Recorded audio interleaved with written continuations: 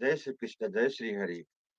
आज म श्री हरिवंश पुराणको 26औं दिनमा छु र आज म यहाँहरू समक्ष एक 44औं अध्यायको बाँकी भागलाई कम्प्लिट गर्दैछु।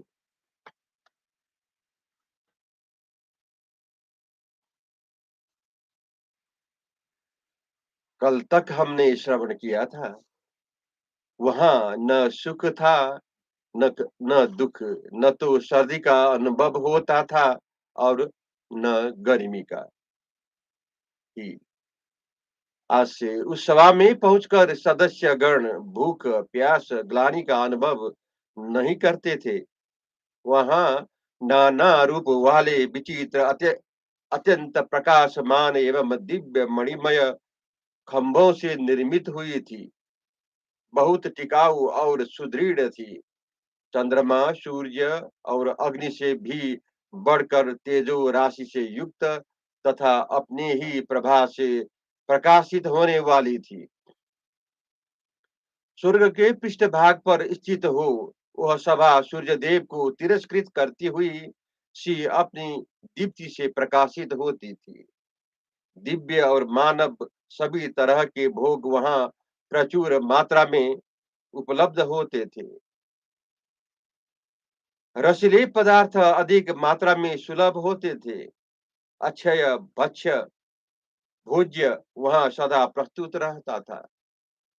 पवित्र गंध वाले पुष्पहार वहां बराबर बनते थे और नित्य फल फूल देने वाले वृक्ष उसमें सदा लहलहाते थे।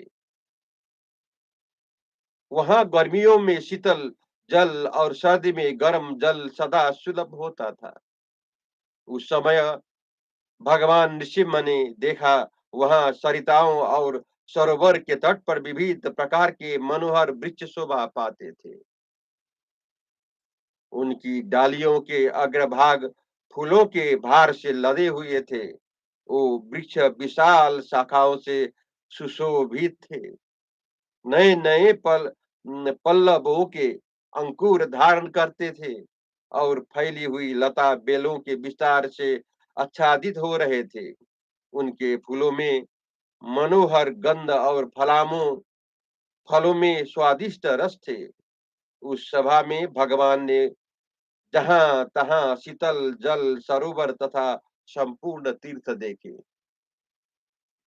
वो सरोवर नलिन पुंडरीक तथा सतदल नाम वाले सुगंधित कमलों से सुशोभित थे।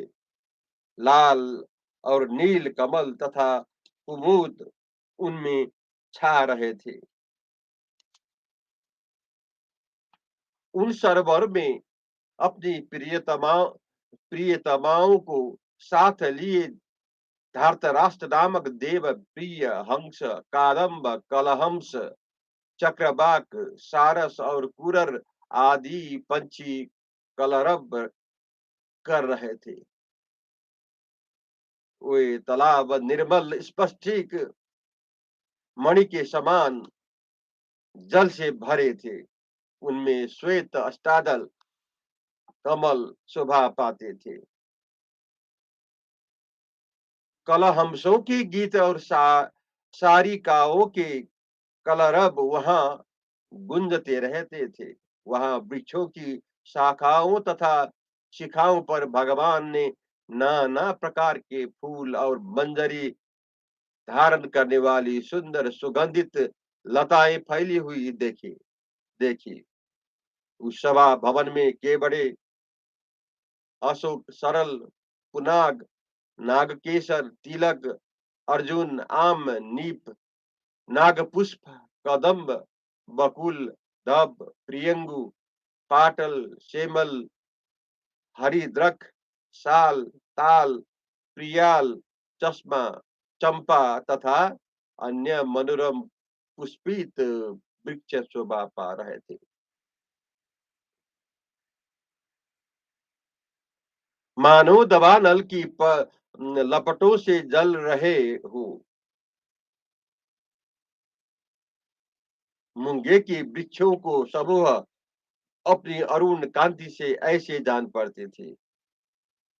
सुंदर तने और शाखाओं वाले बंजुल बंजुल नामक वृक्ष जो अशोक की ही जाति के हैं, वहां शोभा पाते थे। उनकी ऊंचाई कई ताड़ के बराबर थी और आभा अंजन तथा अशोक के समान प्रतीत होती थी। वरन भत्स नाम कटहल, चंदन, नील, सुमना, पित, अम्ल, पीपल, तेंदुक, प्राचीन आंवले, लोभ, मल्लिका, भद्रदारू, आम्र तक, अमला, जामुन, लकुच, बडहर, शैल, बालुक, सर्ज, अर्जुन, कंदुरूब, पतंग, कुटज, लाल, कुरब, कुरबक, नीप, अंगरू, कदम्ब, भव्य, अनार, बिजौरा, नींबू, कालियक, दुकुल, हिंगू, तैल, पर्णिक, खजूर, नारियल, सुपारी, हरे, महुआ, चितवन, बेल, पराबत, पानस, नाना प्रकार की झाड़ियों और लताओं से घिरे हुए तमाल, पत्र पुष्प और फलों से युक्त भांति भांति की बल्लरियां, ये तथा और भी बहुत से जंगली वृक्ष जो नाना प्रकार के फूलों और फलों से भरे हुए थे, वहां सब और शोभा पाते थे। वहां की फूली फली डालियों वाले विशाल वृक्षों, चकोर, शतपत्र, मतवाले, कोकिल तथा सारिका आदि पंछी झुंड के झुंड आ आकर बैठते थे। वृक्ष के अग्रभाग पर बैठे हुए लाल, पीले और तरुण अरुण रंग के पंछी तथा जीवक वहां हर समय एक दूसरे को देख रहे थे।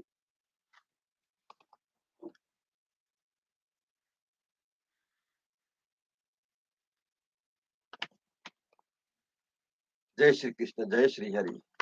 अब मैं द्विचत्वारिशो अध्याय प्रारंभ करने जा रहा हूँ। इसमें आज हम भगवान नरसिंह का देवता, गंधर्व, अप्सराओं तथा दैत्यों से सेवित हिरण्यकशिपु को देखना, इसी विषय में हम आज श्रवण करेंगे।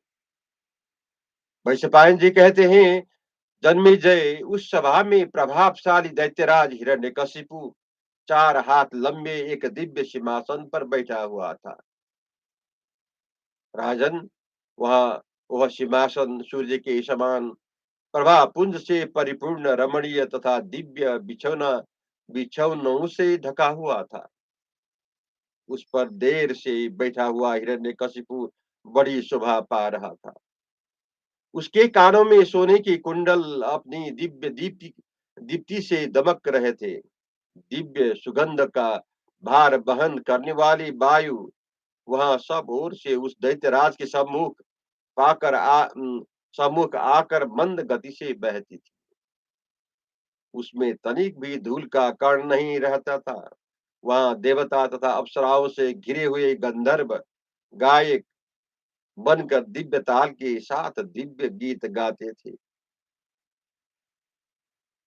विश्वाची सहजन्य प्रालोमचा दिव्य सौरभेयी समीची पुंजिकस्थला मित्रकेशी रंभा चित्रसेना सुचिस्मिता चारु नेत्रा घृताची मेनका और उर्वशी ए तथा अन्य सहस्रों अप्सराएं जो नृत्य की गीत में कुशल थी, उस समय राजा हिरण्यकशिपु की सेवा में उपस्थित होती थी। उस सभा में विचित्र वस्त्र भूषणों से विभूषित और जगमगाते हुए कुंडलों से अलंकृत हिरण्यकशिपु सहस्रों स्त्रियों से धीर कर बैठा था।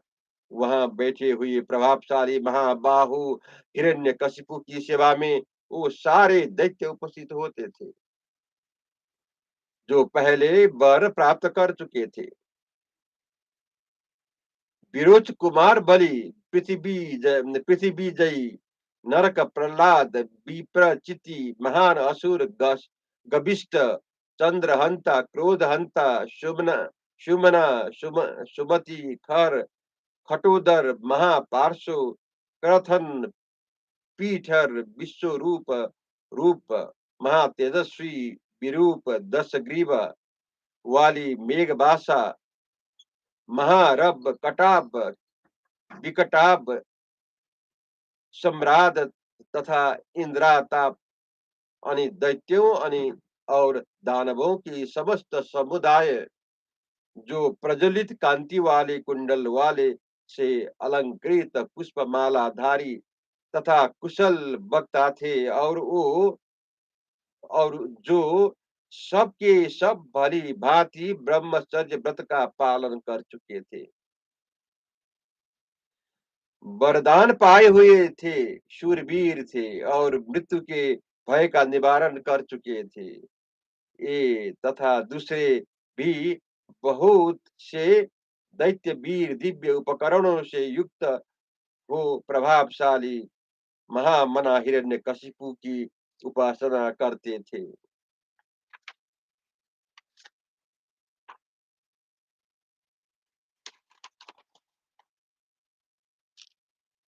ये नाना प्रकार के श्रेष्ठ तथा किरणों से प्रकाशित विमानों द्वारा लीला पूर्वक आते जाते थे। पुष्पहार और आभूषण धारण कर सुशोभित होते थे।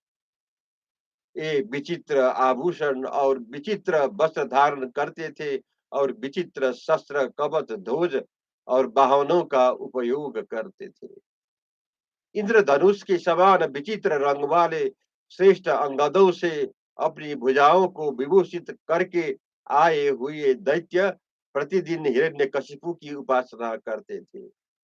उस दिव्य सभा में बैठे हुए वो सभी पर्वताकार असुर मस्तक पर सोने के मुकुट धारण किए सूर्य के समान प्रकाशित होते थे।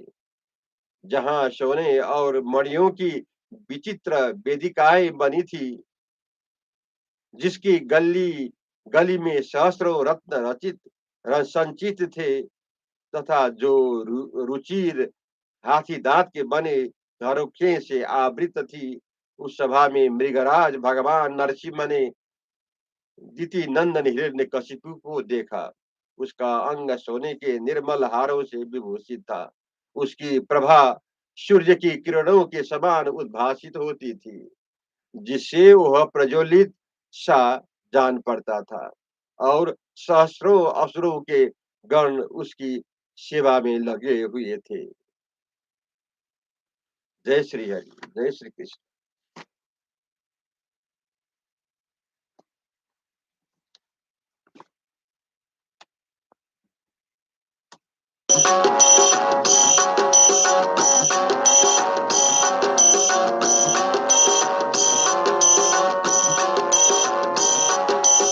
श्री कृष्ण गोविंद हरे मुरारे, हे नाथ नारायण वासुदेव। श्री कृष्ण गोविंद हरे मुरारे, नाथ नारायण वासुदेव। श्री हरि शरणम प्रभु हरि शरणम, श्री हरि शरणम श्री हरि शरणम।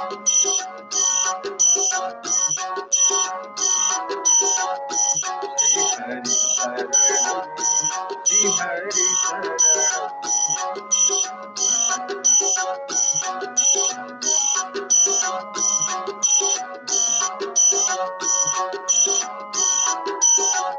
श्री हरि शरणम प्रभु हरि शरणम, श्री हरि शरणम श्री हरि शरणम। श्री हरि शरणम श्री हरि शरणम, श्री हरि